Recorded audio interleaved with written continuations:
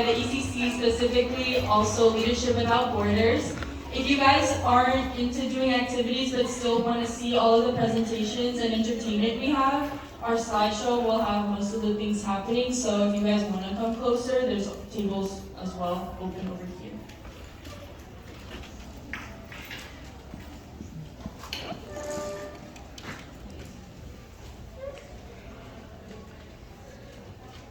Okay, so we'll be starting off with our land and labor acknowledgements. So to start off, Denali will be helping us with that. Hello everyone, I'm Denali. I'm the LWB program lead, and it is with gratitude that we honor this land and the indigenous communities that have stewarded it through generations. We also recognize that much of the infrastructure and wealth in this country has been built on the exploitive labor of Black and indigenous people, as well as immigrant communities. Their sacrifices have contributed to the opportunities many of us benefit from today.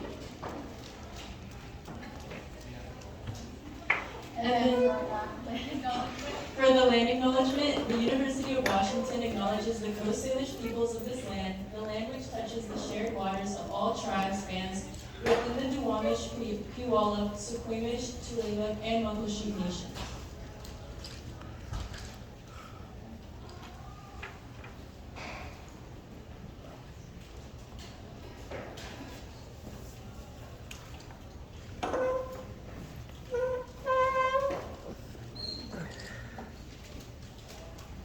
Our LWB mission, I don't know if you guys know, but LWB is located on the 3rd floor. We're up in a corner.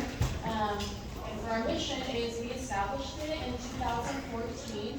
And we work to serve and empower and document students at the University of Washington. LWB offers leadership development resources, college success navigators, the Husky Lending Library, a space for community building, and connections to other campus and community resources. We also welcome allies who want to help further our mission.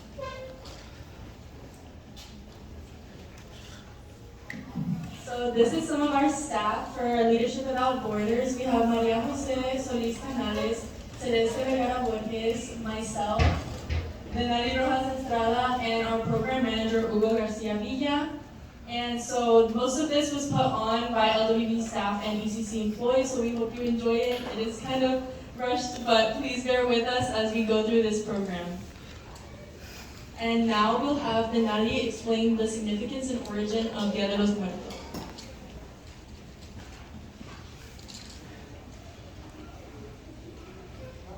So what is the Day of the Dead, or Dia de los Muertos?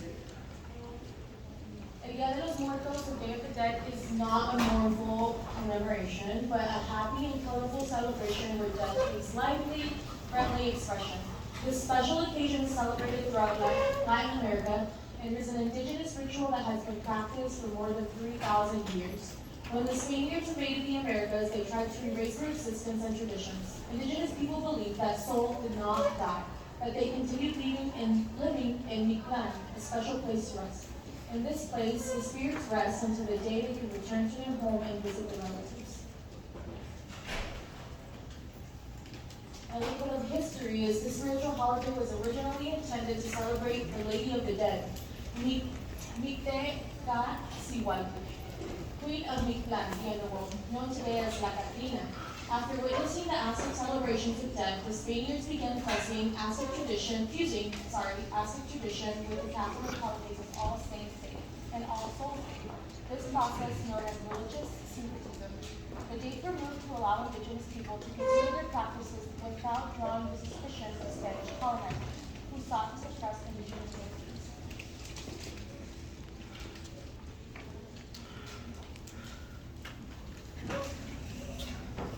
And so to start off, there are 8 days in the original indigenous celebration that start off with October 27th, which is pets. So on this day, pets are honored and welcome back for a visit. October 28th is when the first candle is lit, and a white flower is placed to receive the lone souls. On October 29th, a second candle is lit for those who died in an accident or other unexpected manner.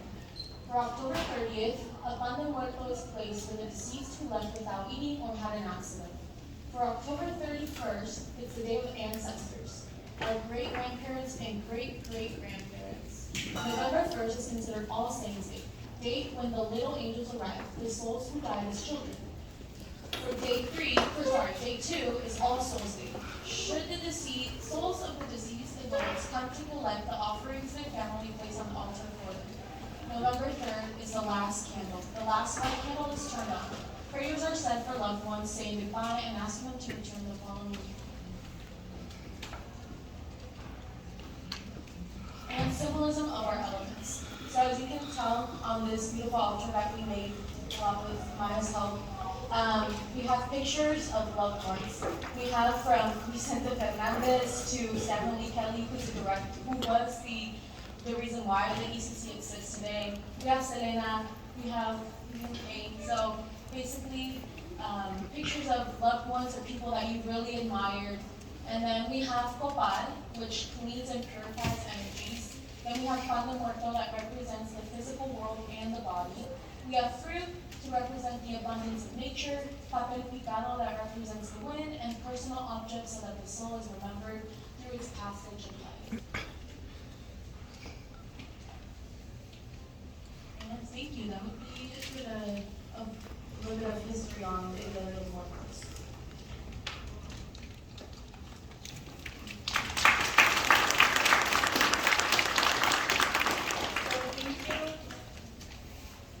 Thank you, Denali, for that brief significance of why it's important that we celebrate this culture, especially some of us as first gen, some of us who have never really practiced this before.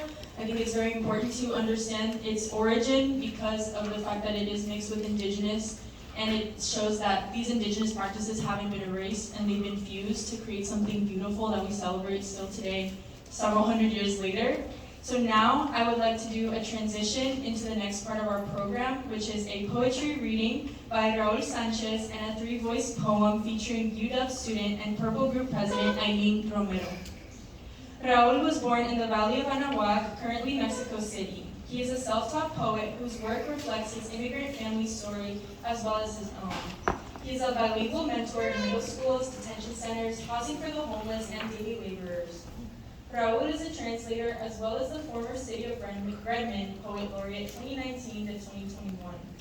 And some of his poems have become permanent public art in the city of Seattle and Shoreline.